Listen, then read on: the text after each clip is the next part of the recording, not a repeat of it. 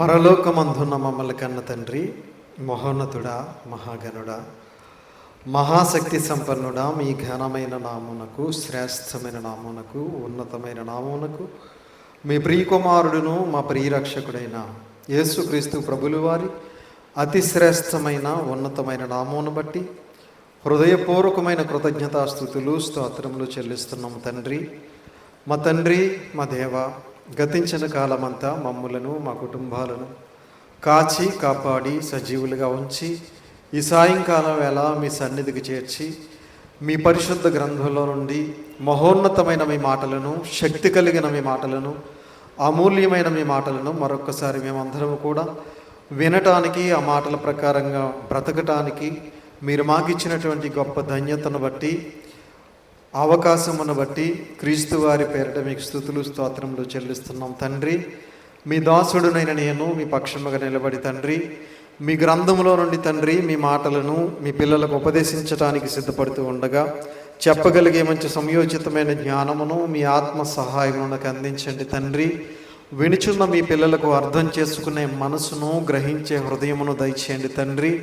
మీ మాటలు తండ్రి కేవలం విని విడిచిపెట్టేసేవారిగా ఉండకుండా నామకార్థ క్రైస్తవులుగా, వేషధారులుగా బ్రతకకుండా తండ్రి, విన్న మాటలను తండ్రి మా హృదయంలో భద్రపరుచుకుని ఆ మాటల ప్రకారముగా బ్రతుకుతూ మిమ్మల్ని మహిమపరుస్తూ, ఘనపరుస్తూ, సంతోషపరుస్తూ తండ్రి మీరిచ్చే పరలోక రాజ్యానికి మేమందరం చేరుకోవడానికి సహాయం చేయమని, కృప చూపించమని, దయ చూపించమని, మీ కృపలో భద్రపరిచి కాచి కాపాడమని మీ ప్రియకుమారుడును మా ప్రియరక్షకుడైన యేసుక్రీస్తు వారి అతి శ్రేష్టమైన ఉన్నతమైన శక్తి కలిగిన నామమును బట్టి చిన్న ప్రార్థన అడిగి వేడుకొంచున్నాము తండ్రి, ఆమేన్.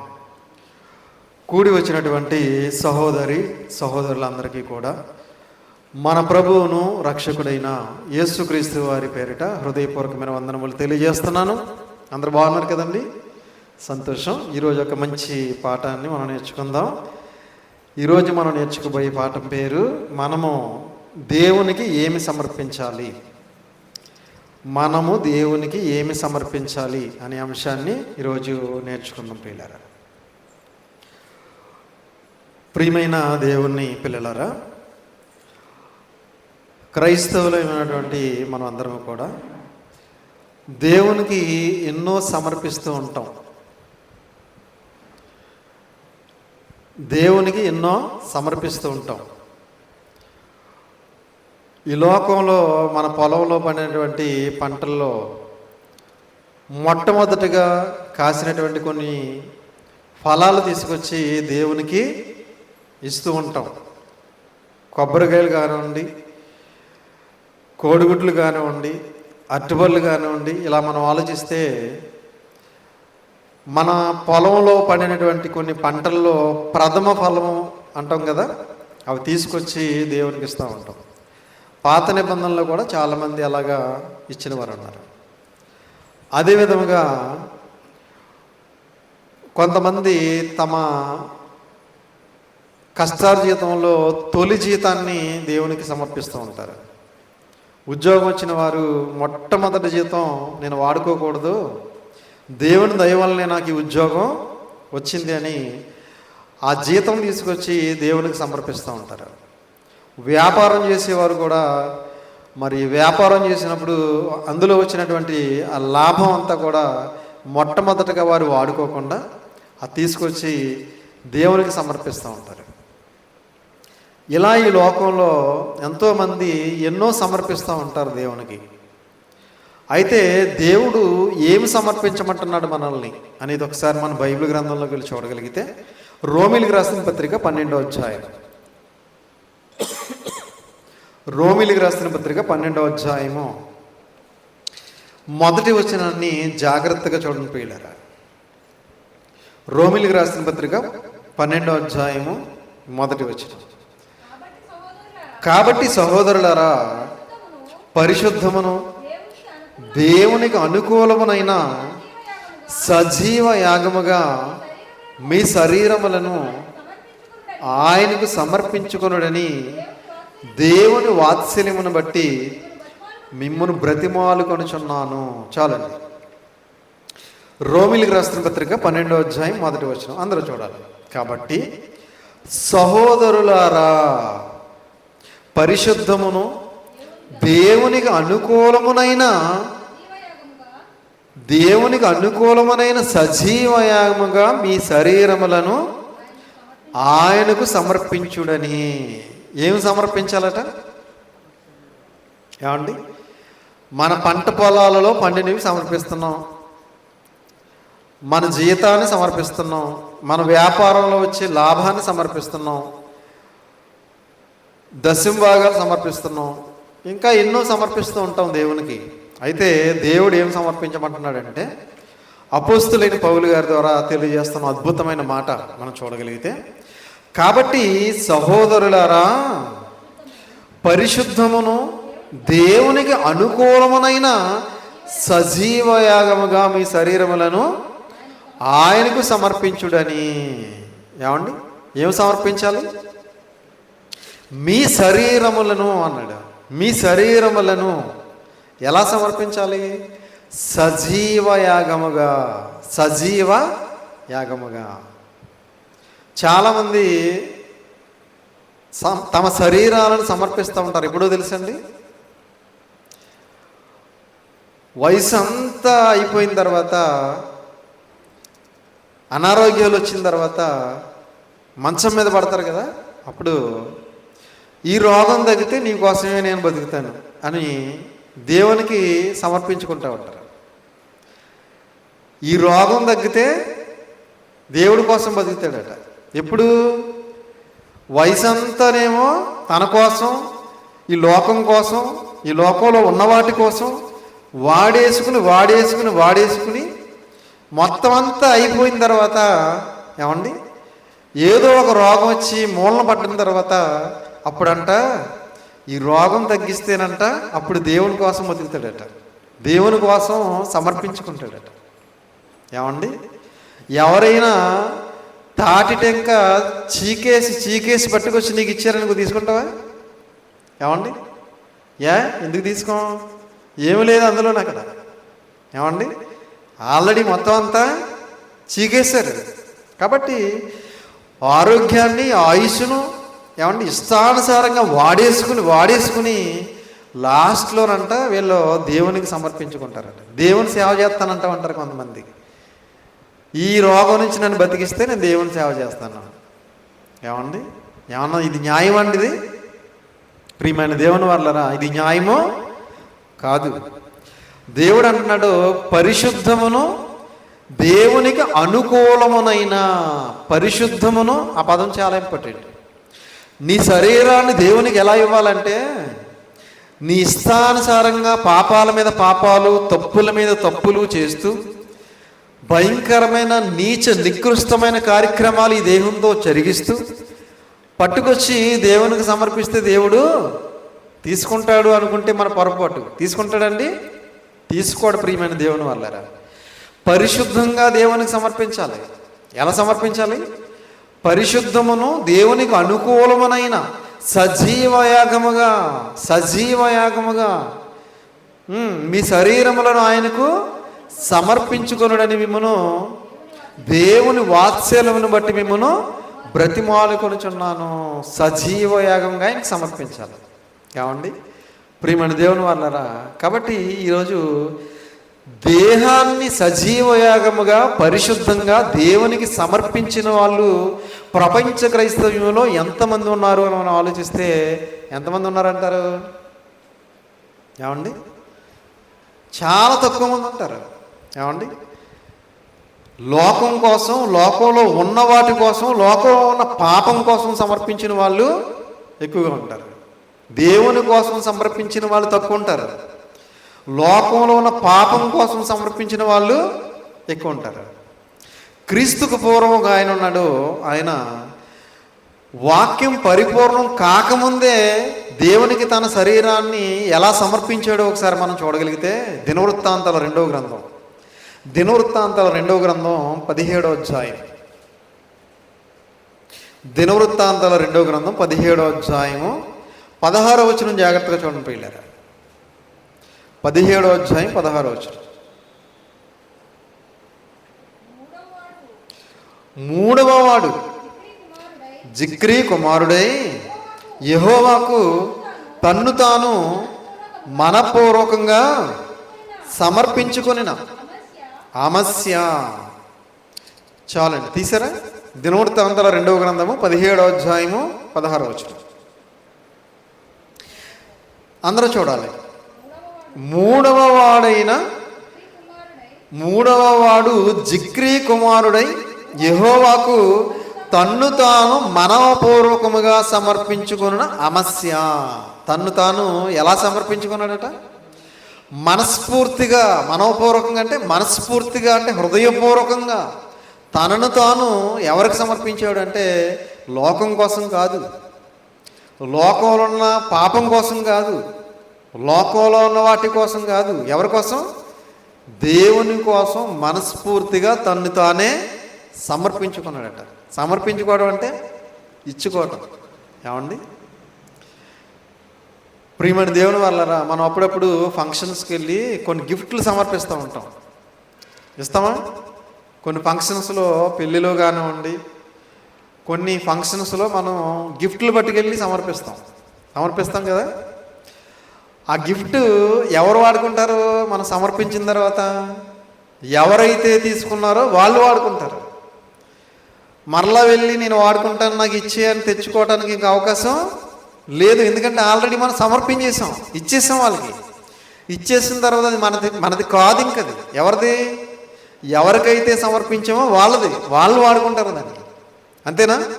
ఇప్పుడు మనం సజీవయాగముగా పరిశుద్ధమైన శరీరాన్ని, దేవునికి అనుకూలమైన శరీరాన్ని దేవునికి సజీవంగా మనం సమర్పించిన తర్వాత ఈ శరీరాన్ని ఎవరు వాడుకోవాలి? ఇప్పుడు మనం వాడుకోవడానికి లేదు. ఎవరు వాడుకోవాలి? ఇప్పుడు దేవుడు వాడుకోవాలి. కానీ ఇప్పుడు సమర్పించే వాళ్ళు చాలామంది ఉన్నారు. కానీ ఎవరు వాడుకుంటున్నారా శరీరాలని? ఎవరు వాడుకుంటున్నారా దేహాన్ని అంటే దేవుడు వాడుకోవట్లేదు. ఎవరు వాడుకుంటున్నారు? వీళ్ళే వాడేసుకుంటున్నారు. పేరుకేమో సమర్పించుకుంటున్నారు, కానీ వాడుకునేది మాత్రం వీళ్ళ కోసమే వాడుకుంటున్నారు. ఈ లోకంలో ఉన్న వాటిని అనుభవించడం కోసం వాడుతున్నారు. ఈ లోకంలో ఉన్న వాటిని కూడగట్టడం కోసం వాడుతున్నారు. ఈ లోకంలో ఉన్న వాటిని సంపాదించడం కోసం వాడుతున్నారు. ఈ లోకంలో ఉన్న సర్వసుఖాలు అనుభవించడం కోసం వాడుతున్నారు. దేవుడు వాడుకోవట్లేదు. ఎందుకని? ప్రియమైన దేవుని వాళ్ళరా, కానీ క్రీస్తుకు పూర్వం ఒక ఆయన తన్ను తాను మనోపూర్వకంగా ఏం చేశాడట? దేవునికి సమర్పించుకున్నాడట. ప్రియమైన దేవుని వాళ్ళరా, మనల్ని మనం దేవునికి సజీవయాగంగా సమర్పించుకున్న తర్వాత దేవుడు వాడుకోవాలి. మనల్ని దేవుడు వాడుకునే విధంగా మనం ప్రవర్తించాలి. దేవునికి ఇష్టమైన మార్గంలో నడిస్తేనే దేవుడు మనల్ని వాడుకుంటాడు.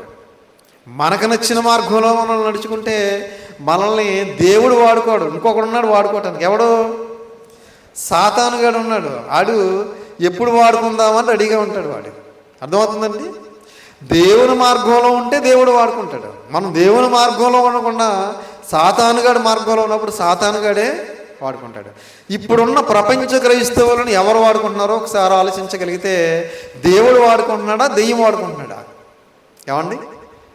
దేవుడేమి వాడుకుంటున్నట్టు కనబట్టలేదు. ప్రపంచ క్రైస్తవుల్ని ఎవరు వాడుకుంటున్నారు? దెయ్యమే వాడుకుంటున్నాడు. అందుకే వారి ఆలోచనలు కానీ, వారి మాటలు కానీ, వారి క్రియలు కానీ, వారి జీవిత విధానం కానీ వాక్యానుసారంగా లేదు. ఉందండి?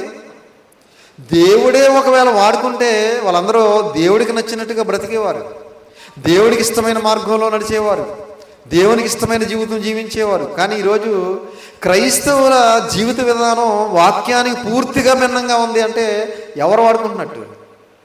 దేవుడు వాడుకోవట్లేదు, దెయ్యమే వాడుకుంటుంది. అపోస్తులైన పౌలు గారు, బర్నబా గారు తమ శరీరాలను ఎవరికి సమర్పించారో ఒకసారి మనం చూడగలిగితే అపోస్తుల కార్యములు 15వ అధ్యాయం, అపోస్తుల కార్యములు 15వ అధ్యాయము, అపోస్తుల కార్యములు 15వ అధ్యాయం 25-26 వచనాలు చూడండి. అపోస్తుల కార్యములు 15వ అధ్యాయము 25-26 వచనాలు. గనుక మనుష్యులను ఏర్పరిచి మన ప్రభువు అయిన యేసుక్రీస్తు పేరు కొరకు తమ్మును తాము అప్పగించుకొనిన బర్నబా, పౌలు అను మన ప్రియులతో కూడా మీ వద్దకు పంపుట యుక్తమని మాకందరికీ ఏకాభిప్రాయం కలిగను. తీసారమ్మా అపోస్తలుల కార్యములు 15వ అధ్యాయం 25, 26 వచనాలు జాగ్రత్తగా చూడాలి. గనుక మనుష్యులను ఏర్పరిచి మన ప్రభు అయిన యేసుక్రీస్తు పేరు కొరకు తమ్మును తాము అప్పగించుకున్న బర్నబా, పౌలు గారు, బర్నబా గారు ఎవరి కోసం అర్పించుకున్నారట? వాళ్ళు సమర్పించుకున్నారట. ఏమండి? ప్రభు అయిన యేసుక్రీస్తు పేరు కొరకు, యేసుక్రీస్తు వారు పేరు కొరకు తమ్మును తాము సమర్పించుకున్నారట. యేసుక్రీస్తు వారి పేరు అంటే అధికారము అని అర్థం. పేరన్నా నామమన్నా అధికారము అని అర్థం. ఏమండి? అంటే యేసుక్రీస్తు వారి యొక్క అధికారానికి పౌలు గారు, బర్నబా గారు ఏం చేశారన్నమాట? తమ్మును తామే సమర్పించుకున్నారట, అప్పగించుకున్నారట. ప్రియమైన దేవుని వారు, అందుకే పౌలు గారు కానివ్వండి, బర్నబా గారు కానివ్వండి, తమ జీవితం అంతా కూడా ఎవరి కోసం బ్రతికారు? ఏమండి? దేవుని కోసమే బ్రతికారు. అవునా? దేవుని కోసమే బ్రతికారు, దేవుని కోసమే ప్రకటించారు, దేవుని కోసమే మరణించారు. వాళ్ళు దేవుని కోసం తన్ను తాను సమర్పించుకున్నవాడు ఏం చేస్తాడంటే దేవుని కోసమే బ్రతుకుతాడు, దేవుని కోసమే ప్రకటిస్తాడు, దేవుని కోసమే మరణిస్తాడు. కానీ ఈరోజు క్రైస్తవుల జీవితాలు ఎలా ఉన్నాయంటే పూర్తిగా వ్యతిరేకంగా ఉన్నాయి. లోకం కోసమే బ్రతుకుతున్నారు, లోకంలో ఉన్న పాపం కోసమే బ్రతుకుతున్నారు, లోకంలో ఉన్న వాటిని అనుభవించడం కోసమే బ్రతుకుతున్నారు తప్ప దేవుని కోసం సమర్పించుకునేవారు లేరు, దేవుని కోసం బ్రతికేవారు కనపట్టలేదు పిల్లరా. కానీ ఎవరు బ్రతికినా బ్రతకపోయినా మనం బ్రతకాలి. ఎవరు గొడవ మనకు వద్దు. మనకు పరలోకం కావాలంటే మనం ఏం చేయాలి? సజీవ యాగంగా, పరిశుద్ధంగా మన శరీరాలను దేవునికి సమర్పించుకోవాలి. అలాగే దేవుని కోసం బ్రతకాలి, దేవుడు చెప్పిన విధంగా నడవాలి, దేవుని సంకల్పాన్ని సమాజానికి చాటి చెప్పాలి, దేవుడున్న లోకానికి చేరుకోవాలి. సమాజం అంతా సర్వనాశనం అయిపోయిన నోవహు గారు కుటుంబం ఏం చేశారు? వాళ్ళ లోకంలో కలిసిపోయారా? కలిసిపోలేదు. అందరూ చెడిపోయారు కదా, అందరూ పాడైపోయారు కదా, ఇంకా మేము మాత్రం ఎందుకు, మేము కూడా వాళ్ళలో కలిసిపోదామని ఎప్పుడు కూడా వాళ్ళు అనుకోలేదు. ఎవరు ఏమైపోయినా మనకు అనవసరం, మనం మాత్రం దేవునికి ఇష్టంగా బ్రతుకుదాం అనుకున్నారు నోవహు గారి కుటుంబం. కాబట్టి ఓడలోనికి ప్రవేశించారు, రక్షణ పొందారు వాళ్ళు. కాబట్టి ఈరోజు కూడా మనం ఏమనుకోవాలంటే ఈ ప్రపంచం ఏమైపోయినా మనకు అనవసరం, ప్రపంచ ప్రజలు ఎలా బ్రతికినా మనకు అనవసరం, మనం మాత్రం దేవుడికి నచ్చినట్టుగా బ్రతకాలి, దేవునికి ఇష్టమైనట్టుగా జీవించాలి, దేవుని యందు భయభక్తులు కలిగి, దేవుని యందు విశ్వాసం కలిగి మనం బ్రతకాలి. ఏమైనా సరే మనం పరలోకానికి వెళ్ళాలి. మనం ఏమైనా సరే పరలోక రాజ్యానికి చేరుకోవాలని ఒక గురి మనం ఏర్పాటు చేసుకోవాలి. ఆ విధమైనటువంటి జీవితాన్ని మనం జీవించాలి. పౌలు గారు, బర్నబా గారు మొదటి శతాబ్దంలో అపోస్తులు అందరూ కూడా ప్రాణాలు పోతాయని తెలిసినా కూడా ఎక్కడ కూడా వెనకడుగు వేయలేదు. ప్రాణాలు ఒక పక్క నుంచి తీసేస్తున్నా కూడా పారిపోలేదు. వాళ్ళు ప్రాణాలు ఇవ్వడానికి సిద్ధపడ్డారు తప్ప ఎక్కడ కూడా వెనకడుగు వేయలేదు. పరలోకం కంటే గొప్పదేది లేదనుకున్నారు, పరలోకం విలువేంటో తెలుసుకున్నారు కనుక ఆ పరలోకం కోసం ప్రాణం పోయినా పర్వాలేదు అనుకున్నారు. ప్రాణం ఎప్పుడైనా పోతుంది కదా. ఇది ఏమండి? ప్రాణం మనం దేవుని కోసం బ్రతికినా పోతుంది, దేవుని కోసం బ్రతకకపోయినా పోతుంది. ఆ బ్రతికేదేదో దేవుని కోసం బ్రతికి ప్రాణం పోగొట్టుకుంటే పరలోకానికి వెళ్తాం కదా. ఈరోజు చాలామందికి జ్ఞానం లేక, తెలివి లేక, వివేకం లేక ఏమండి లోకంలో ఉన్న వాటి కోసం జీవితం అంతా కూడా వ్యర్థంగా గడిపేస్తూ, ఈ లోకంలో ఉన్న వాటి కోసమే జీవితం అంతా కూడా, ఆయుష్కాలం అంతా కూడా అనవసరంగా వాడేసుకుని తమ ప్రాణాన్ని వేస్ట్గా పోగొట్టుకుని పాతాళ లోకానికి జారిపోతున్నారు ప్రియమైన వాళ్ళారు. అవునా కాదండి? దేవుడిచ్చినటువంటి జీవితం విలువ మనిషికి అర్థం కావట్లేదు, దేవుడిచ్చినటువంటి ఆయుష్కాలం విలువ మనిషికి అర్థం కావట్లేదు. ఎప్పుడైనా సరే అండి, అది ఉన్నప్పుడు దాని విలువ తెలియదు, అది పోయినప్పుడే తెలుస్తుంది. కాబట్టి మనమందరం కూడా దేవునికి సజీవయాగంగా మనల్ని మనం సమర్పించుకుని మన మిగిలిన ఈ చిన్న జీవితాన్నైనా దేవుని కోసం ఉన్నతంగా మనం సమర్పించుకుని దేవుని కోసం బ్రతికితే పరలోకంలో ఒక అద్భుతమైన జీవితాన్ని మనం సొంతం చేసుకోగలుగుతాం.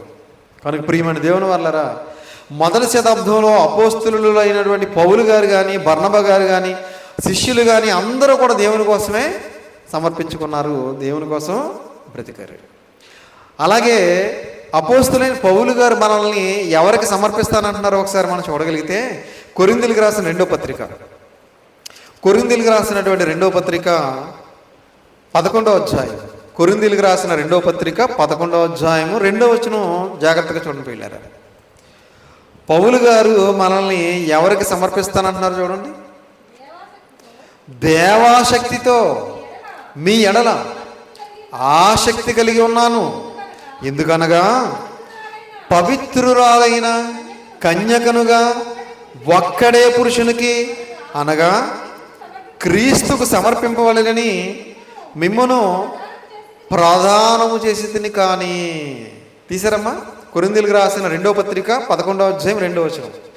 పౌలు గారు మనల్ని ఎవరికి సమర్పించాలని ప్రదానం చేస్తున్నారు చూడండి. దేవాశక్తితో మీ ఎడల ఆసక్తి కలిగి ఉన్నాను. ఏ ఆసక్తి? దేవాశక్తి అంటే దేవుని ఎడల ఆసక్తి. దేవాశక్తితో మీ ఎడల ఆసక్తి కలిగి ఉన్నాను, ఎందుకనగా పవిత్రురాలైన కన్యకనుగా, పవిత్రురాలైన కన్యకనుగా ఒక్కడే పురుషునికి అనగా క్రీస్తుకు సమర్పింపవలెనని మిమ్మల్ని ప్రదానము చేసి తిని. మనల్ని ఎవరికి సమర్పించాలనుకుంటున్నాడంట పౌలు గారు? ఎవరికి ప్రదానం చేశాడట? మనల్ని అంటే సంఘాన్ని. ఏమండి? మనలను ఒక్కడే పురుషునికి అనగా క్రీస్తునకు సమర్పింపవలెనని మిమ్మల్ని ప్రదానము చేసి తిని. ప్రియమైన దేవుని వాళ్ళారా, క్రీస్తుకు సమర్పించేసాడంట మనల్ని కూడా, సంఘాన్ని. మనల్ని అంటే సంఘాన్ని. ఏమండి? ఒక్కడే పురుషునికి, ఏమండి, పవిత్రురాలైన కన్యకనుగా అనే పదం ఉంది చూడండి అక్కడ. పవిత్రురాలైన కన్యకనుగా. ఏమండి? మనం అందరం కూడా సంఘాన్ని పవిత్రురాలైన కన్యకతో పోలుస్తున్నాడు. ఏమండి? మనలందరినీ కూడా ఒక్కడే పురుషునికి ప్రదానం చేస్తున్నాడట. అంటే మనందరము కూడా వధువు అయితే వరుడు ఎవరో? క్రీస్తు. క్రీస్తు అనే వరుడికి సంఘం అనే వధువుని పవిత్రురాలుగా మనల్ని ఏం చేస్తున్నాడట? సమర్పించాలనుకుంటున్నాడట, ప్రదానం చేయాలనుకుంటున్నాడట. ప్రియమైన దేవుని పిల్లలారా, అంటే మనల్ని కూడా, సంఘమైనటువంటి మనందరినీ కూడా పవిత్రంగా మనం బ్రతికితే, మనందరం కూడా క్రీస్తు ప్రభువుకి సమర్పిస్తే, మనందరం కూడా క్రీస్తు ప్రభువుతో ప్రదానం చేయబడితే, ఏమన్నా మనందరం కూడా పరలోక రాజ్యంలో చేరుకుంటామనేది పౌలు గారు తెలియజేస్తున్నటువంటి అద్భుతమైన మాట ప్రియులారా. ఏమండి? క్రీస్తుకు సమర్పించాలని, క్రీస్తుకు ప్రదానం చేయాలని అనుకున్నాడంట. కానీ సర్పము తన కుయుక్తి చేత అవ్వను మోసపరిచినట్లు మీ మనసులను చెరపబడి క్రీస్తు ఎడలనున్న సరళత నుండి, పవిత్రత నుండి ఎట్లయినను తొలగిపోవనేమో అని భయపడుచున్నాను. ఏం చేస్తున్నారంటే పౌలు గారు, ఓ పక్కనే సంఘాన్ని క్రీస్తుకు సమర్పించాలనుకుంటున్నాడంట, ప్రదానం చేయాలనుకుంటున్నాడంట. కానీ సర్పము తన కుయుక్తి చేత, సర్పం అంటే సాతాను. ఏమంటే? సాతాను తన కుయుక్తి చేత అవ్వను మోసపరిచినట్లు. అవ్వను మోసపరిచింది ఎవరు? సాతాను గాడు. ఏమండి? కుయుక్తితో మోసపరిచింది. మోసపరిచినట్లు మీ మనస్సులను చెరపబడి క్రీస్తు ఎడలనున్న సరళత నుండి, పవిత్రత నుండి ఎట్లయినను తొలగిపోవునేమో అని భయపడుచున్నాను. మీరు తొలగిపోతారేమో, క్రీస్తు ఎడలున్నటువంటి పవిత్రత నుండి, సరళత నుండి మీరు తొలగిపోతారేమో, మీరు దారి తప్పిపోతారేమో అని నేను భయపడుతున్నాను అంటున్నారు పౌలు గారు. ఆల్రెడీ దారి తప్పిపోయారు చాలామంది. ఏమండి? తప్పిపోయారమ్మా, చాలామంది తప్పిపోయారు. సేవకుల్లో తప్పిపోయే వాళ్ళు ఉన్నారు, విశ్వాసుల్లో కూడా తప్పిపోయిన వాళ్ళు చాలామంది ఉన్నారు. పైకి మాత్రం మేము తప్పిపోలేదు, మేము దేవుల్లోనే ఉన్నాం, మేము దేవుని కోసం బ్రతుకుతున్నాం అన్నట్టుగా ప్రవర్తిస్తున్న వారు చాలామంది ఉన్నారు ప్రియమైన దేవుని వాళ్ళ. కాబట్టి పవిత్రురాలైన కన్యక. పవిత్రురాలుగా ఉండాలి. మనం సంఘం అంతా కూడా ఎలా ఉండాలి? పవిత్రంగా ఉండాలి. ఏమండి, ఇప్పుడు ఒక వ్యక్తి ఒక అమ్మాయిని ప్రధానం చేసుకోవాలనుకుంటున్నాడు అనుకోండి. ఆ అమ్మాయి ఎలాంటిదై ఉండాలనుకుంటాడు? పవిత్రురాలై ఉండాలనుకుంటాడు. అవునా? ఇష్టానుసారంగా తిరిగేసి, ఏమండి, ఎవరికి నచ్చిన వారితో తిరిగేసి, ఏమండి, విచ్చలవిడిగా తిరిగేసి నా దగ్గరికి రావాలి, అలాంటి అమ్మాయి కావాలి అని ఎవరు కోరుకోరు. ఎవరు కోరుకుంటారండి? నాకు వచ్చే అమ్మాయి, నాకు భారీగా వచ్చే అమ్మాయి పవిత్రురాలుగా ఉండాలి, పరిశుద్ధురాలుగా ఉండాలని కోరుకుంటారు ఎవరైనా. ఇతను మంచోడు కాకపోయినా నాకు వచ్చేది మంచిదై ఉండాలనుకుంటాడు. అవునా? కాబట్టి ప్రియమైన దేవుని వల్ల ఇప్పుడు సంఘం ఎలా ఉండాలనుకుంటున్నాడు? పవిత్రురాలుగా ఉండాలి. ఏమండి, పవిత్రురాలుగా ఉన్నటువంటి సంఘాన్ని ఒక్కడే పురుషునికి అనగా క్రీస్తునకు సమర్పించవాలని ఏం చేస్తున్నాడట? ప్రధానం చేస్తున్నాడట పౌలు గారు. ప్రియమైన దేవుని పిల్లలారా, మనందరము కూడా వరుడైనటువంటి క్రీస్తుకి సమర్పించాలని పౌలు గారు కోరుకుంటున్నారు. కానీ అపవాదిగాడు ఒకడు ఉన్నాడు. వాడు మనల్ని క్రీస్తు సరళత నుండి, పవిత్రత నుండి మనల్ని ఎలాగైనా సరే దారి తప్పిస్తాడేమో అని పౌలు గారు మొదటి శతాబ్దంలోనే భయపడుతున్నట్టు. ఆల్రెడీ దారి తొలగించేశాడు చాలామందిని సాతానుగాడు. ఆల్రెడీ దారి తప్పించేశాడు చాలామందిని సాతానుగాడు. చాలామంది తెలియట్లేదు పాపం. ఇంకా మేము దేవుల్లోనే ఉన్నాం అనుకుంటున్నారు. ఏమండి, ప్రియమైన దేవుని పిల్లలారా, కనుక పౌలు గారు దేవుని కుమారుడైన యేసుక్రీస్తు ప్రభుల వారికి మనల్ని సమర్పించాలనుకున్నాడట. మరి యేసుక్రీస్తు వారు కూడా తను తాను ఎవరికి సమర్పించుకున్నాడు ఒకసారి మనం చూడగలిగితే, తిమోతికి రాసినటువంటి 2వ పత్రిక 2వ అధ్యాయము 6వ వచనం చూడండి. తిమోతి గారికి రాసిన 2వ పత్రిక 2వ అధ్యాయం 6వ వచనం. యేసుక్రీస్తు ప్రభుల వారు తను తాను ఎవరికి సమర్పించుకున్నారు చూడండి. 2వ పత్రిక 2వ అధ్యాయం 6వ వచనం. తిమోతికి రాసినటువంటి మొదటి పత్రిక, క్షమించాలి, మొదటి పత్రిక 2వ అధ్యాయం 6వ వచనం. ఈయన అందరి కొరకు విమోచన క్రయధనముగా తన్ను తానే సమర్పించుకొనెను. ఈయన అంటే ఎవరు? ఈయన యేసుక్రీస్తు ప్రభులు వారు. ఈయన అందరి కొరకున కొందరి కొరక? అందరి కొరక కొందరి కొరక? అందరి కొరకు, ప్రపంచంలో పుట్టుకొచ్చే ప్రతి మానవుని కొరకు విమోచన క్రయధనముగా తన్ను తానే సమర్పించుకొనెను. ప్రపంచంలో పుట్టుకొచ్చే ప్రతి మనిషి కోసం, ప్రతి మనిషి పాపం కోసం యేసుక్రీస్తు ప్రభుల వారు తను తాను ఏం చేశాడట? సమర్పించుకున్నాడట. ప్రియమైన దేవుని వాళ్ళరా, అంటే యేసుక్రీస్తు వారు ప్రతి మనిషిని కూడా ప్రేమిస్తున్నాడు. ప్రతి మనిషి రక్షించబడాలని కోరుకుంటున్నాడు. ప్రతి మనిషి కూడా నరకం నుంచి తప్పించుకోవాలని కోరుకుంటున్నాడు. నిత్య జీవానికి చేరుకోవాలని కోరుకున్నాడు. అందుకే అందరి కొరకు విమోచన క్రయధనముగా తన్ను తానే సమర్పించుకొనెను. ప్రతి మనిషి కోసం కూడా తన్ను తాను యేసుక్రీస్తు వారు సమర్పించుకున్నాడు. ఎందుకంటే ఏ ఒక్కరు నశించిపోవటం ఆయనకి ఇష్టం లేదు. ఎవరు నిత్య నరకానికి వెళ్ళిపోవటం ఆయనకి ఇష్టం లేదు. అందరూ మారు మనసు పొందాలి, అందరూ కూడా బాప్తిసం పొందాలి, అందరూ కూడా ఆయన మార్గంలో నడవాలి, అందరూ కూడా పరలోకానికి చేరాలి అని అందరి కొరకు విమోచన క్రయధనముగా తను తానే సమర్పించుకోండి. విమోచన క్రయధనం అంటే విమోచన. దేనికి విమోచన? పాపం నుంచి విమోచన. ఏమండి, పాపానికి బానిసలు అయిపోయారు కదా, పాపానికి దోషలు అయిపోయారు కదా, పాపమని ఊబిలో కూరుకుపోయారు కదా. ఈ పాపం నుంచి విమోచించే పరిశుద్ధుడు, పవిత్రుడు ప్రపంచంలో ఎవరు లేరు, యేసుక్రీస్తు వారు తప్ప. అందుకే యేసుక్రీస్తు వారు 2000 సంవత్సరాల క్రితం కన్యమరియ గర్భం ద్వారా ఈ లోకానికి రావాల్సి వచ్చింది. ప్రపంచ ప్రజల కోసం ఆయన ప్రాణం పెట్టవలసి వచ్చింది. అందుకే విమోచన క్రయధనముగా తను తానే సమర్పించుకొనెను. ఇదే మాట మరలా పౌలు గారు తెలియజేస్తున్నారు చూడండి. ఎఫెసీ పత్రిక 5వ అధ్యాయం 2వ వచనం. ఎఫెసీలకు రాసిన పత్రిక 5వ అధ్యాయం 2. ఎఫెసీలకు రాసిన పత్రిక 5వ అధ్యాయం 2వ వచనం. క్రీస్తు మిమ్మల్ని ప్రేమించి, యేసుక్రీస్తు వారు ఏం చేశారంట? మనల్ని ప్రేమించాడట. ఏమండి, యేసుక్రీస్తు వారు మనల్ని ఏం చేశారు? ప్రేమించాడు. ప్రేమించాడు కాబట్టి ప్రాణం పెట్టాడు. ప్రేమించాడు కాబట్టి తన రక్తాన్ని చిందించాడు. ప్రేమించాడు కాబట్టి పరలోకాన్ని విడిచిపెట్టి మానవుడుగా ఈ లోకానికి వచ్చాడు. అందుకే క్రీస్తు మిమ్మల్ని ప్రేమించి పరిమళ వాసనగా ఉండుటకు మన కొరకు తన్ను తాను దేవునికి అర్పణముగాను బలిగాను అప్పగించుకొనెను. మన కొరకు తను తాను ఏం చేశాడట? దేవునికి అర్పణముగాను బలిగాను అప్పగించుకొనెను. ప్రియమైన దేవుని వల్లరా, యేసుక్రీస్తు వారి ప్రేమ ఈరోజు ప్రపంచానికి అర్థం కావట్లేదు. యేసుక్రీస్తు వారి ఒక మతం అనుకుంటున్నారు చాలామంది. యేసుక్రీస్తు వారు రక్షించడానికి వచ్చాడే తప్ప ఆయన తన మతాన్ని స్థాపించి మతంలో కలుపుకోవడానికి ఆయన రాలేదు.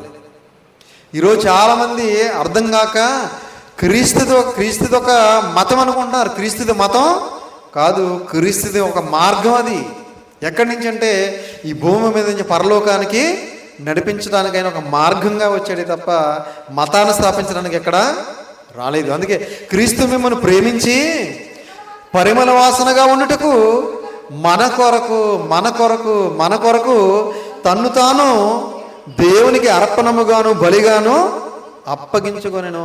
దేవునికి అప్పగించుకున్నాడట ఆయన. కాబట్టి మనం కూడా మన దేహాలను మనం కూడా ఏం చేయాలి? దేవునికి సజీవ యాగముగా, ఆయనకు అనుకూలముగా, పరిశుద్ధంగా సమర్పించుకోవాలి. దేవునికి సమర్పించుకున్న తర్వాత దేవుడే మనల్ని వాడుకునే విధంగా మన జీవితాన్ని దేవునిలో కొనసాగింప చేయాలి. లేకపోతే సాతానుగాడు విచ్చలవిడిగా వాడేసుకుంటున్నాడు చాలామందిని.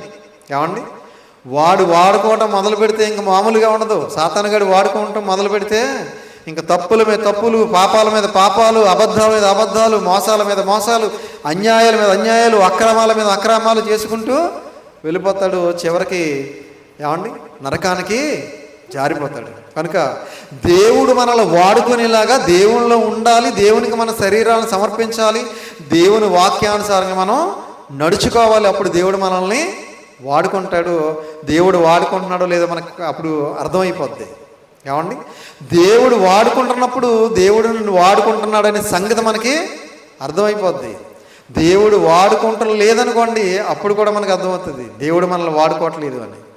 సాతానుగాడు నుండి వాడుకుంటున్నాడని కూడా మనకి అర్థమైపోద్ది. కనుక దేవునికి మనం సజీవంగా సమర్పించుకుని దేవుని వాక్య ప్రకారంగా మనం బ్రతికితే తప్పనిసరిగా దేవుడు మనల్ని వాడుకుంటాడు. ఆయన ఉన్న లోకానికి మనల్ని చేర్చుకుంటాడు. కాబట్టి అందరూ కూడా అలా ఉండాలని ప్రేమపూర్వకంగా తెలియజేస్తూ ఈ మాటలు ముగిస్తున్నాను. తలలో వంచండి, ప్రార్థన చేసుకుందాం. ప్రార్థన. పరలోకమందున్న మమ్మల్ని కన్న తండ్రి, దయగలిగిన మా దేవ, కృప కలిగిన మా తండ్రి, మహోన్నతుడా, మహాగణుడా, మహాశక్తి సంపన్నుడా, మీ ఘనమైన నామమునకు, శ్రేష్టమైన నామమునకు, శక్తి కలిగిన నామమునకు ప్రభు అయిన యేసుక్రీస్తు వారి పేరిట స్తుతులు స్తోత్రాలు చెల్లిస్తున్నాం. ఆయన తండ్రి, ఇప్పటి వరకు మీ పరిశుద్ధ గ్రంథంలో నుండి ఎన్నో విలువైన మాటలు, అమూల్యమైన మాటలు, శక్తి కలిగిన మాటలు మేము నేర్చుకున్నాం తండ్రి. సజీవ యాగంగా మా శరీరాలను మీకు సమర్పించాలని, అలా సమర్పించినప్పుడు తండ్రి అవి పరిశుద్ధంగా ఉండాలని, పవిత్రంగా ఉండాలని, అలా పరిశుద్ధంగా పవిత్రంగా ఉన్నప్పుడు మీరు మమ్మల్ని వాడుకుంటారని మీ గ్రంథం ద్వారా మేము కొన్ని మాటలు నేర్చుకున్నాం తండ్రి. మేము ఆ విధంగా తండ్రి మమ్మల్ని మేము సమర్పించుకొని పరిశుద్ధంగా పవిత్రంగా బ్రతుకుతూ మీరు వాడుకొని ఒక బలమైన పాత్రగా మేమందరం కూడా ఉండడానికి సహాయం చేయండి. అర్హమైన పాత్రగా మేము ఉండడానికి సహాయం చేయండి తండ్రి. తలలో ఉంచి ప్రార్థన చేస్తున్న మమ్ములను, మా కుటుంబాలను జ్ఞాపకం చేసుకోండి. మమ్మల్ని అందరినీ కూడా మీ కృపలో భద్రపరచండి, బలపరచండి. బలమైన సాధనాలుగా మీ సేవలో వాడుకోండి తండ్రి. అదేవిధంగా ప్రపంచ క్రైస్తవులందరినీ కూడా జ్ఞాపకం చేసుకోండి. మమ్మల్ని అందరినీ మీ కృపలో భద్రపరచండి, మీ చిత్తానుసారంగా నడిపించండి. మరి ఇదిగో తండ్రి, దుష్టుడు మమ్మల్ని ముట్టకుండా మీ దూతలను కావలుగా ఉంచండి.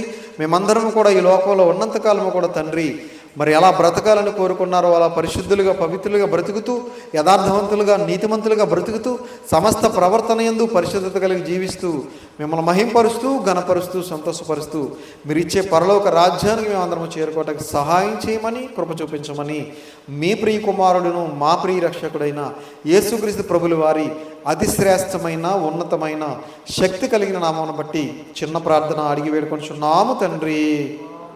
ఆమేన్. అందరికీ వందనాలు.